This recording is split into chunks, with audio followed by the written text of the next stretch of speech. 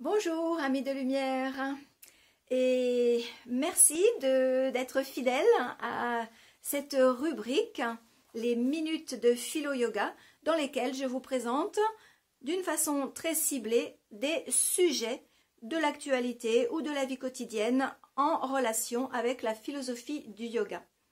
Et aujourd'hui, pour cette deuxième vidéo, eh bien, nous allons voir pourquoi nous allons sortir de ce marasme dans lequel nous sommes présentement, grandi. Dans la précédente vidéo, je vous expliquais pourquoi nous en sommes arrivés là. Il y avait trois causes. Une cause tout à fait mécanique, le déséquilibre dans lequel nous étions, qui ne pouvait pas durer. Une cause déjà plus abstraite, un petit peu concrète, un petit peu abstraite, notre nature duelle, la cohabitation de l'ego et de l'âme dans l'être humain. Et la troisième cause était notre voyage cosmique autour du grand soleil Alcyone. Eh bien, on va retrouver, en tout cas les deux dernières causes, dans cette vision optimiste de notre futur immédiat. Bon, alors peut-être pas tout de suite immédiat, mais si, enfin, dans notre futur, on va dire. Et puis, on va faire appel à une autre loi de l'univers qui est la loi des cycles.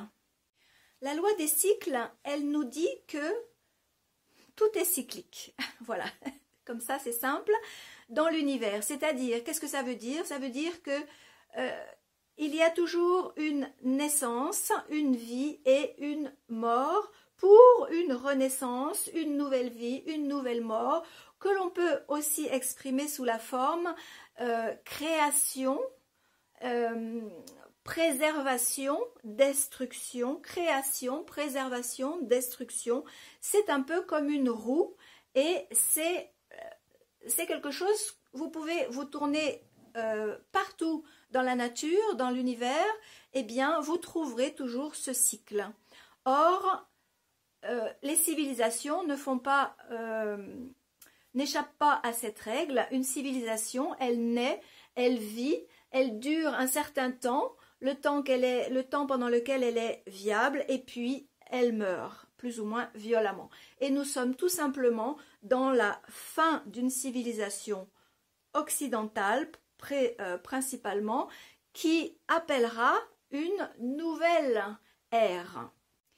La fin de cette civilisation, elle est liée très étroitement à ce dont on parlait précédemment, la nature duelle de l'être humain et le niveau des vibrations. Vous vous rappelez que l'être humain est pourvu d'un ego, l'ego qui lui permet d'être manifesté, et que cet ego est prédominant lorsque nous sommes sur des basses fréquences. Lorsque les fréquences augmentent, je vous rappelle aussi, j'en parlerai dans une autre vidéo, que nous sommes essentiellement des êtres de vibration, même si notre peau, ma main là semble quelque chose de bien solide, lorsqu'on y va avec un microscope, eh bien on se rend compte qu'il n'y a que du vide à 99%. Donc dans ce vide, il y a constamment des vibrations qui nous animent et nous vivons selon ces vibrations. Donc, quand le niveau de vibration augmente, eh bien, l'ego s'affine. L'ego, c'est un peu comme un voile, c'est un peu comme une carapace, imaginez. La carapace, elle est très épaisse. Lorsque la fréquence est basse, ça veut dire qu'on est aveuglé. On ne voit que nous-mêmes. On ne voit que, je ne vois que mon univers et donc mon intérêt, mes intérêts, etc. Et lorsque la fréquence augmente, eh bien, c'est comme si cette carapace diminuait en épaisseur et on peut même, si la fréquence augmente vraiment, cette carapace peut même arriver à devenir presque transparente, translucide. Et c'est ce qui se passe dans le phénomène de l'éveil, c'est lorsqu'on prend conscience que derrière cette carapace, waouh, il y a un autre monde, un monde de connexion, un monde d'interconnexion, un monde d'union avec tous les autres êtres de la planète, toutes les autres créatures de la planète. Et lorsqu'on prend conscience de ça, eh bien, c'est ça, l'éveil. Et donc, pour revenir à ces vibrations, lorsque les vibrations montent, eh bien, ce phénomène se produit tout naturellement.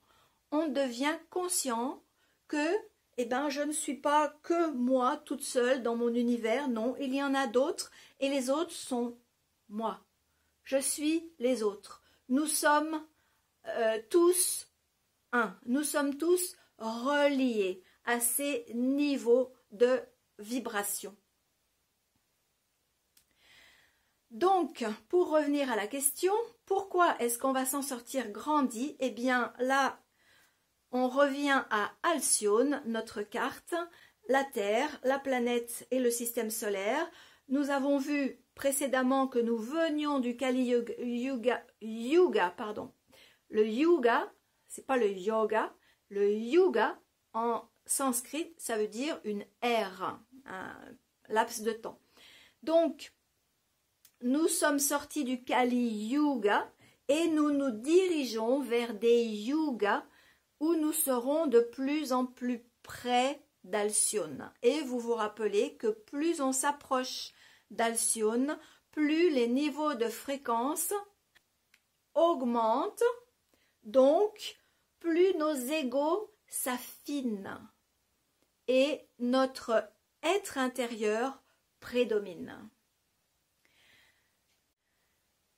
Et je vais terminer cette minute de philo-yoga en vous disant qu'il y a des centaines de raisons de rigoler, même dans la période difficile que nous traversons.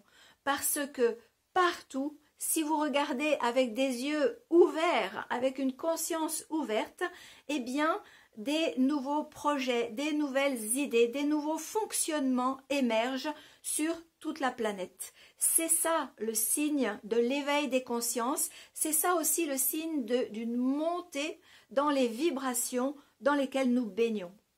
Et c'est pour cela que nous sommes en train de grandir. C'est pour cela que, aussi difficile que soit la période que nous vivons, elle n'a qu'un temps, elle ne va pas durer, car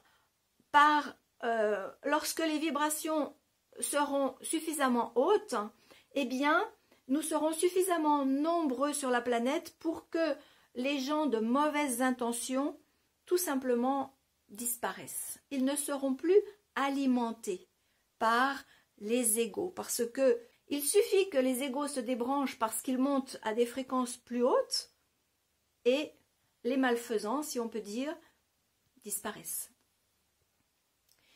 Et bientôt, nous n'en parlerons plus qu'au passé et nous oublierons même qu'ils ont existé. Nous serons grandis dans un monde nouveau que beaucoup d'entre nous appellent déjà la nouvelle Terre, une ère essentiellement éthique, basée sur le partage, basée sur l'union, basée sur l'entraide, basée sur la communication, basée sur la compassion, qui sont absolument les qualités de l'âme, de la nature de l'être humain au niveau le plus profond. Voilà, donc je vous retrouve tout bientôt dans d'autres vidéos à thème de ces minutes de philo-yoga. Et si vous aimez, n'hésitez pas à faire connaître, à partager, à liker. Et voilà, à tout bientôt.